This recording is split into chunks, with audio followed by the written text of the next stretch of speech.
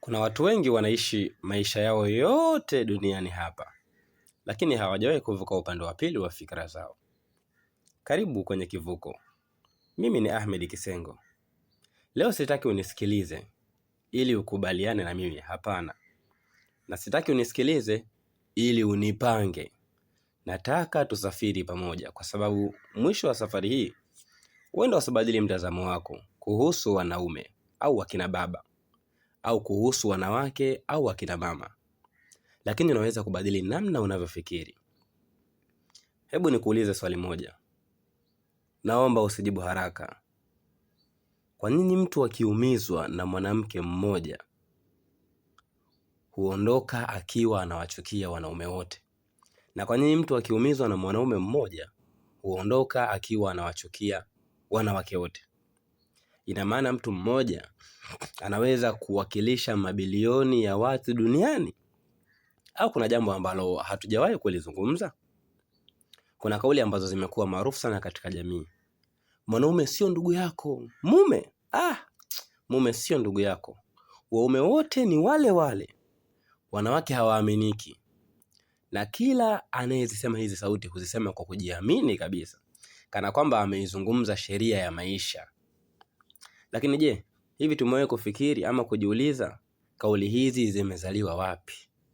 Zimezaliwa na ukweli au zimezaliwa na maumivu? Kwa sababu kuna tofauti kubwa sana kati ya ukweli na kile ambacho maumivu yanakufanya uamini. Hebu fikiria jambo moja. Mwanamke anayesema mwanaume si ndugu yako. Je, huyu mtu hana baba au hana kaka au hana mtoto wa kiume ambaye anayempenda kwa moyo kabisa, tena moyo wote? Na mwanaume anayesema mwanamke si ndugu yako. Mwanamke, labda nimewahi kusikia kauli mtu akisema mwanamke puu. Je, huyu mtu hana mama, hana dada, hakuna wanawake majumbani mwao, mabinti ambao labda amewazaa, sawa? Angeweza kutoa uhai wake kwa ajili ya huyo binti. Kama anao, kwa nini anapofika kwenye mahusiano ghafla anaamini jinsia nzima haiaminiki? Swali hili linaonekana rahisi sana, lakini ukikaa nalo kwa dakika chache linaanza kukusumbua, kwa sababu linakufanya uhoji. Je, kweli tatizo ni wanaume? Au kweli tatizo ni wanawake? Au kuna kitu kingine kinatokea ndani ya moyo wa binadamu baada ya kuumia? Ngoja nikusimulie hadithi. Kulikuwa na mtu mmoja alinunua kikombe kizuri sana. Kilikuwa ndicho kikombe alichokipenda kuliko vyote nyumbani kwake. Siku moja, kwa bahati mbaya, kikadondoka, kikavunjika vipande vipande. Kwa hasira akasema, kuanzia leo sitatumia tena vikombe vya kioo. Hebu jiulize, tatizo lilikuwa vikombe vyote vya kioo au kile kikombe kimoja? Lakini kwa sababu maumivu yalikuwa makubwa, akafanya hitimisho kubwa kuliko tukio lenyewe. Yaani la kuwa hitimisho la chuki, kuchukia vikombe vya vioo. Na hapo ndipo akili ya mwanadamu ilivyo.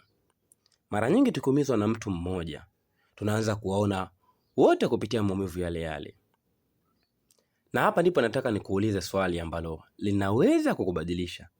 Je, umewahi kuwahukumu watu ambao hawajakukosea kwa sababu tu wanafanana na aliyekuumiza? Usijibu kwa sauti, jijibu moyoni, kwa sababu hapa ndipo safari yetu inaanza. Hebu fikiria maisha yako. Kuna mtu ambaye ulimkataa, sio kwa sababu alikuwa mbaya, bali kwa sababu alifanana na mtu aliyewahi kukuumiza. Labda alikuwa na jina linalofanana na mtu ambaye alikuumiza. Labda alikuwa na kabila lile lile. Labda alikuwa mwanaume, labda alikuwa mwanamke pia. Na bila hata kumpa nafasi ukasema, hapana. Swali ni, je, ulimkataa yeye au ulimkataa kumbukumbu za mtu mwingine? Yaani unapokuwa umemkataa mtu kwa sababu ya mfanano wa kimaumbile au kikabila na mtu ambaye amewahi kukuumiza, je, umemkataa yeye au umekataa kumbukumbu za mtu mwingine? Hapo ndipo akili ya mwanadamu inapofanya jambo la ajabu. Tunafikiri tunaamua kwa kutumia akili, lakini mara nyingi tunakuwa tunaamua kwa kutumia majeraha. Na jeraha lina kitu kimoja hatari sana. Halijui kutofautisha. Likishakuambia usiwaamini wanaume, halitachagua hilo jeraha. Litakufanya uogope hata wale ambao hawajakukosea. Likikwambia usiwaamini wanawake, nalo halitachagua. Litawatia kivuli hata wale ambao walikuwa tayari kukupenda kwa dhati. Na hapa ndipo maumivu yanapoanza kutengeneza upweke. Sio kwa sababu hakuna watu wema duniani, hapana. Bali kwa sababu hatuwapi watu nafasi ya kuonyesha wema wao. Lakini ngoja nikuulize swali jingine. Naomba usikimbilie kujibu. Kwa nini watu wawili wanaweza kupitia maumivu yanayofanana? Lakini mtu mmoja akawa mwenye hekima sana na mwingine akawa mtu mwenye chuki. Wote wawili, labda watu wawili hao walisalitiwa. Wote waliumizwa. Wote walilia. Lakini mmoja leo anasema nimejifunza. Mwingine anasema sitamwamini tena mtu yeyote. Kwa nini? Hivyo nafikiri kwa sababu maumivu ndiyo yanayobadilisha watu, au namna tunavyoamua kuyabeba ndiyo inayotubadilisha. Ngoja nikupe mfano. Kulikuwa na watu wawili. Wote walifundisha darasa moja. Siku moja wanafunzi wakafanya fujo. Mwalimu wa kwanza alisema hawa watoto hawana akili kabisa. Mwalimu wa pili alisema hawa watoto wanahitaji kuelekezwa vizuri. Sasa jiulize, tatizo lilikuwa watoto au mtazamo wa walimu? Kwa sababu wakati mwingine tukio moja watu wawili, lakini tafsiri mbili tofauti. Na maisha yetu hayaongozwi sana na matukio, yanaongozwa na tafsiri tunazoyapa matukio yetu. Hilo usilisahau. Nitarudia tena, maisha yako hayaongozwi sana na kilichokupata, yanaongozwa na namna ulioipa kilichokupata. Na hapo ndipo maisha ya watu wawili huanza kutofautiana. Lakini kuna swali ambalo naamini ndio moyo wa kipindi chetu. Naomba usikilize vizuri. Kwa nini watu wengi wanafikiri huingia kwenye mahusiano bila kujijua? Yaani hili ndio swali ambalo limenifanya niandae kipindi hiki. Kwa sababu nimegundua jambo moja. Watu wengi wanaingia kwenye mahusiano wakimtafuta mtu sahihi, lakini hawaingii wakijiuliza, je, mimi ni mtu sahihi? Na hapo ndipo safari yetu inaanza kubadilika kabisa. Kuna vitu vingi ambavyo katika jamii zetu watu wengi huwa hawafahamu. Yaani nataka mtu sahihi ama nachagua mtu sahihi, mimi ni sahihi? Hebu tuwe wa kweli kidogo. Tunapokuwa tunatafuta mwenza, ni maswali gani tunayojiuliza? Ana sura nzuri? Ana kazi? Ana pesa? Ananipenda? Ananijali? Hayo yote ni maswali mazuri. Lakini kuna maswali muhimu zaidi ambayo mara nyingi hatuyaulizi. Je, anajua kuomba msamaha? Anajua kusikiliza? Anadhibiti hasira zake? Anaweza kukubali kukosea? Anaheshimu watu ambao hana faida nao? Na muhimu zaidi, je, mimi mwenyewe nina sifa ninazotafuta kwa mwenza wangu? Yaani at the time mtu huwa unafikiri kwamba huyo mtu anasikiliza, na yeye pia unajitafakari kwamba mimi pia naweza kumsikiliza mtu. Anadhibiti hasira, je, na wewe unadhibiti hasira? Kwa sababu unaweza kumtaka mtu ambaye anaweza kudhibiti hasira, alafu ukawa huwezi kudhibiti hasira zako. Ukawa huna cha kuchagua katika ugomvi. Kwa sababu ni rahisi sana kutafuta mtu mkamilifu, lakini vigumu kujiuliza, mimi ninayeomba kupendwa, je, ninastahili kupenda kwa namna ninayotaka mimi? Hilo ni swali gumu sana, lakini ndio mwanzo wa kukomaa. Ngoja nikupe hadithi tena. Kulikuwa na kijana mmoja alienda dukani kununua viatu. Akaona jozi nzuri sana ya kiatu. Vilikuwa vinang'aa. Vilikuwa vya bei kubwa. Akasema, hivi ndivyo nilivyokuwa navitafuta. Akavinunua. Siku ya kwanza alivaa kwa dakika chache. Hakukuwa na shida. Siku ya pili akatembea navyo kwa muda mrefu sana. Miguu ikaanza kumuuma. Siku ya 3 akavitoa kwa hasira, akasema hivi viatu ni vibaya. Muuzaji akamuuliza, uliangalia saizi yako? Akasema hapana, niliangalia uzuri wake. Umeona makosa? Tatizo halikuwa viatu. Tatizo lilikuwa alichagua kwa macho, hakuchagua kwa uhalisia. Na wakati mwingine hivyo ndivyo tunavyofanya kwenye mahusiano. Tunachagua hisia zetu. Tunachagua kwa maneno matamu. Tunachagua kwa muonekano, lakini hatuchagui kwa tabia. Na baadaye tunaanza kusema, nilidanganywa ndugu yangu. Lakini swali ni, je, ulidanganywa kweli? Au uliona kile ulichotaka kuona? Naomba usinielewe vibaya. Sisemi kwamba kila aliyeumizwa alijitakia, hapana. Kuna watu walikutana na watu waliokuwa wamejificha sura yao halisi. Na hilo jambo la kweli kabisa. Lakini pia kuna wakati ambapo ishara zilikuwepo. Yaani baada ya mtu kuficha makucha yake, kuna ishara zilikuwepo ndogo ndogo. Hazikupigiwa kelele, lakini zilikuwepo hasira zisizo za sababu. Uongo mdogo mdogo, kutowajibika, kutomheshimu mtu mwingine. Lakini kwa sababu mapenzi yalikuwa makubwa, tuliziita atabadilika.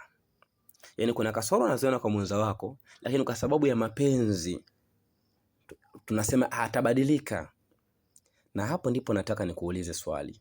Ni mara ngapi tumekuwa tukipenda uwezo wa mtu kubadilika kuliko tabia alionayo leo? Kwa sababu ukweli ni huu, usio rahisi kuusikia. Watu wanaweza kubadilika, ndiyo, ni ukweli, watu wanaweza kubadilika.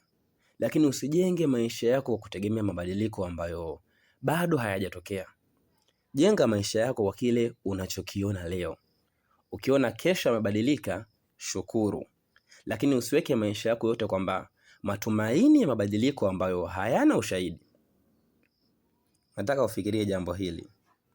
Kama ungekuwa unaajiri mfanyakazi, je, ungemchagua kwa ahadi alizotoa au kwa tabia alizoonyesha? Kwa nini basi kwenye mahusiano mara nyingi tunaamini ahadi kuliko tabia halisia? Hilo ndilo swali ambalo kila kijana na kila binti anatakiwa kujiuliza kabla ya kusema ndiyo kwenye mahusiano. Kuna jambo moja ambalo watu wengi hawalioni. Naamini ndilo chanzo kikubwa kuliko vyote. Naomba usikose sehemu hii, kwa sababu hapa ndipo mahusiano mengi huanza kuvunjika. Hata kabla hayajaanza. Watu wengi hawaingii kwenye mahusiano wakitafuta ukweli. Wanaingia wakitafuta hisia zao. Na hisia zina jambo moja la ajabu. Hazikuonyeshi mtu alivyo, zinakuonyesha mtu anavyotamani awe. Hebu fikiria, mtu anakutumia ujumbe mzuri kila asubuhi. Anakupigia simu kila usiku, anakuambia wewe ndiye kila kitu kwangu baby. Na taratibu unaanza kuamini huyu ndiye mtu wa maisha yangu. Lakini ngoja nikuulize, je, umeshawahi kumuona akiwa na hasira huyo mtu? Umewahi kumuona akiwa amepoteza fedha zake? Umeshawahi kumuona akiwa ameshindwa jambo kubwa maishani? Kwa sababu hapo ndipo tabia ya kweli huanza kuonekana. Sio kila wakati kitu kinakuwa kizuri, bali kuna wakati maisha yanapobadilika. Kuna msemo mmoja napenda kusema, usimjue mtu wakati wa sherehe pekee, mjue pia wakati wa dhoruba. Kwa sababu bahari ikiwa tulivu, hata jahazi lililochoka linaonekana imara. Lakini mawimbi yanapoinuka, ndipo unajua lilijengwa vizuri au lilikuwa linabahatishwa. Mahusiano nayo yako hivyo hivyo. Siku furaha, karibu kila mtu anaweza kupenda, wakafurahi, wakasherehekea. Lakini siku za matatizo, ndipo mapenzi yanapopimwa. Kulikuwa na vijana wawili, walikuwa marafiki sana. Wote walikuwa wanataka kujenga nyumba. Wa kwanza alisema, mimi nahitaji kujenga nyumba ionekane vizuri kabisa. Wa pili akasema, mimi nataka nyumba isimame miaka 50. Wa kwanza alitumia muda mwingi kuchagua rangi. Wa pili alitumia muda mwingi kujenga msingi. Miaka michache baadaye mvua kubwa ilinyesha. Nyumba moja ikapasuka, nyingine ikabaki imesimama. Sasa swali, je, ni nyumba ipi ilikuwa nzuri? Ukijibu kwa macho utasema ile yenye rangi nzuri ndio ilikuwa nzuri. Lakini ukijibu kwa hekima utasema ile iliyokuwa na msingi mzuri.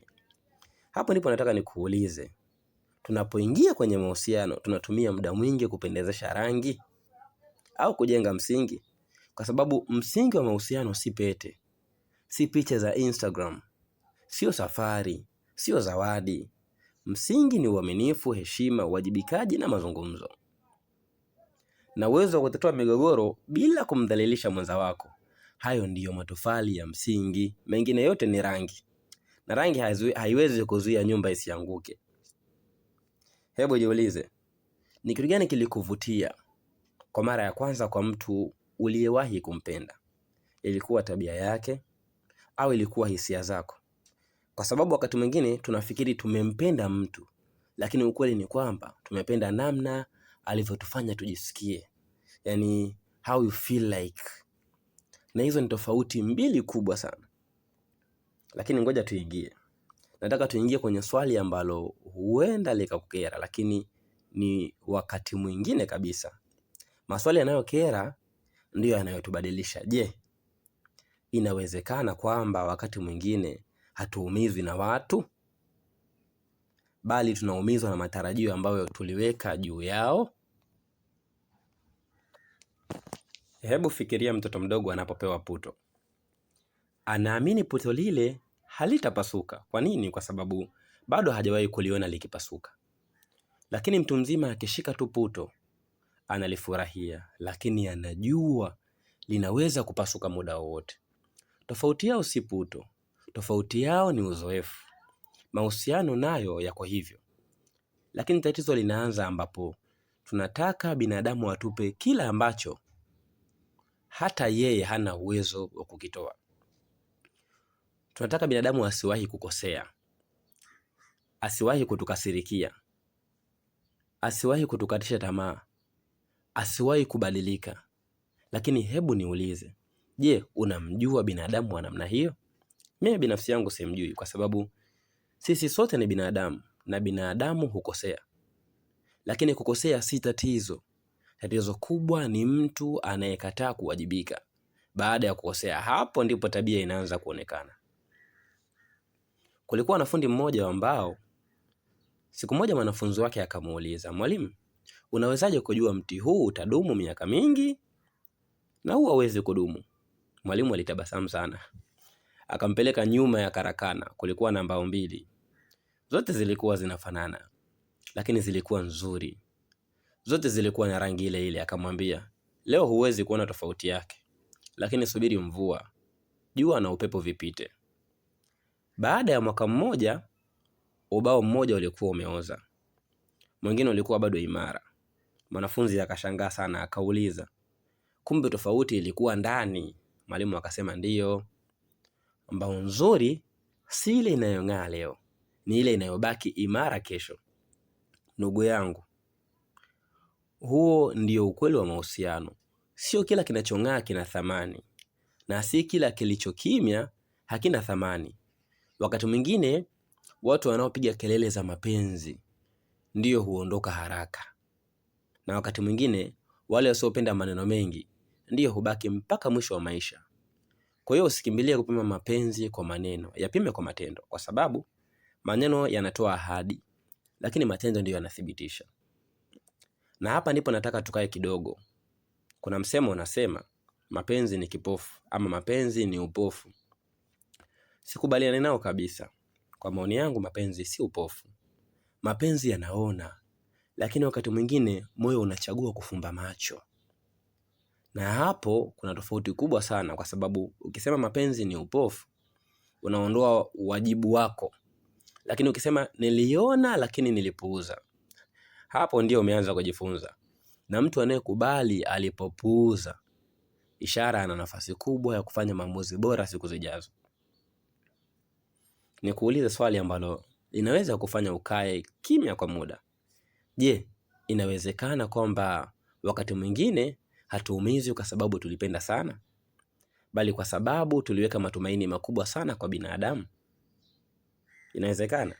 Yaani kuna wakati hatuumizwi kwa sababu tulipenda sana, ila ni kwa sababu tuliweka matumaini makubwa kwa huyo mtu ambaye tunampenda. Kwa sababu binadamu anaweza kukupenda lakini akachoka. Anaweza kukuahidi lakini akashindwa. Anaweza kukosea na akaomba msamaha. na akaondoka. Na hilo si kwa sababu mapenzi hayapo, ni kwa sababu binadamu ni binadamu, yani tupo hivyo. Na hapo ndipo tunahitaji kujifunza kutenganisha mambo mawili, kumpenda mtu na kumfanya mtu kuwa mkamilifu ndani ya akili yako. Hayo ni mambo mawili tofauti. Mtu unayempenda bado anaweza kuwa na mapungufu. Mtu unayempenda bado anaweza kuwa na mapungufu. Na ukikubali ukweli huo, utaanza kuishi kwa hekima zaidi kuliko ndoto. Kuna jambo moja ambalo naamini ndilo chanzo cha kauli zote tulizonazo. Mwanaume hawezi kuwa ndugu yako. Mwanamke, wanawake bana, wanawake na watu. Na jambo hilo halipo kwenye mapenzi, halipo kwenye pesa, halipo kwenye uzuri. Lipo ndani ya kitu kinachoitwa majeraha. Tupo pamoja msikilizaji? Na hapa ndipo nataka tuishie leo, kwa sababu naamini hatupasi kuharakisha safari ya fikra. Leo hatutajaribu kuwahukumu wanaume, wala hatutajaribu kuwahukumu wanawake. Tumejaribu kufanya jambo moja tu, kuhoji mtazamo ambao watu wengi wetu tumeurithi bila hata kuchunguza. Huenda leo hujapata majibu yote, na hilo si tatizo, kwa sababu wakati mwingine swali zuri lina thamani kuliko jibu la haraka. Kabla hujalala leo, nataka ubaki na swali moja tu. Je, ninachokiamini kuhusu wanaume au wanawake ni matokeo ya ukweli niliyouona, au ni matokeo ya maumivu niliyowahi kuyapitia? Kwa sababu ukishajibu swali hilo kwa uaminifu, huenda ukaanza kuwaona watu kwa macho mapya, na hapo ndipo kivuko kinapata maana yake. Si kuwavusha watu kutoka upande wa wanaume kwenda upande wa wanawake, bali ni kuwavusha kutoka kwenye hukumu za haraka kwenda kwenye uelewa wa kina kabisa kuhusu mambo mbalimbali. Lakini kuna jambo moja ambalo hatukuzungumza leo, na naamini ndilo linaamua kama mtu atabaki na chuki maishani mwake mote au ataweza kuanza upya. Jambo hilo ni majeraha yasiyotibiwa. Majeraha ambayo hayaonekane kwenye ngozi, yani kwenye ngozi ya mtu nje huwezi kuyaona, lakini yanaonekana kwenye maamuzi. Majeraha ambayo hayatoi damu, lakini yanatoa maneno. Majeraha ambayo hayamuumizi aliyeyaacha tu, bali yanaweza kuwaumiza hata watu ambao hawana kosa lolote. Na hilo litakuwa jeraha letu linalofuata. Kama kuna sehemu ya mazungumzo haya imekufanya usimame na kufikiria, basi lengo la kivuko limeanza kutimia. Andika maoni yako, sio kwa ajili ya tushindane, bali ni kwa sababu ya kujifunza, kwa sababu ukweli hauogopi mjadala wenye heshima. Mimi ni Ahmed Kisengo na hiki ni Kivuko. Mpaka wakati mwingine, tusiogope kuvuka pale ambapo ukweli utatuita. Karibu sana.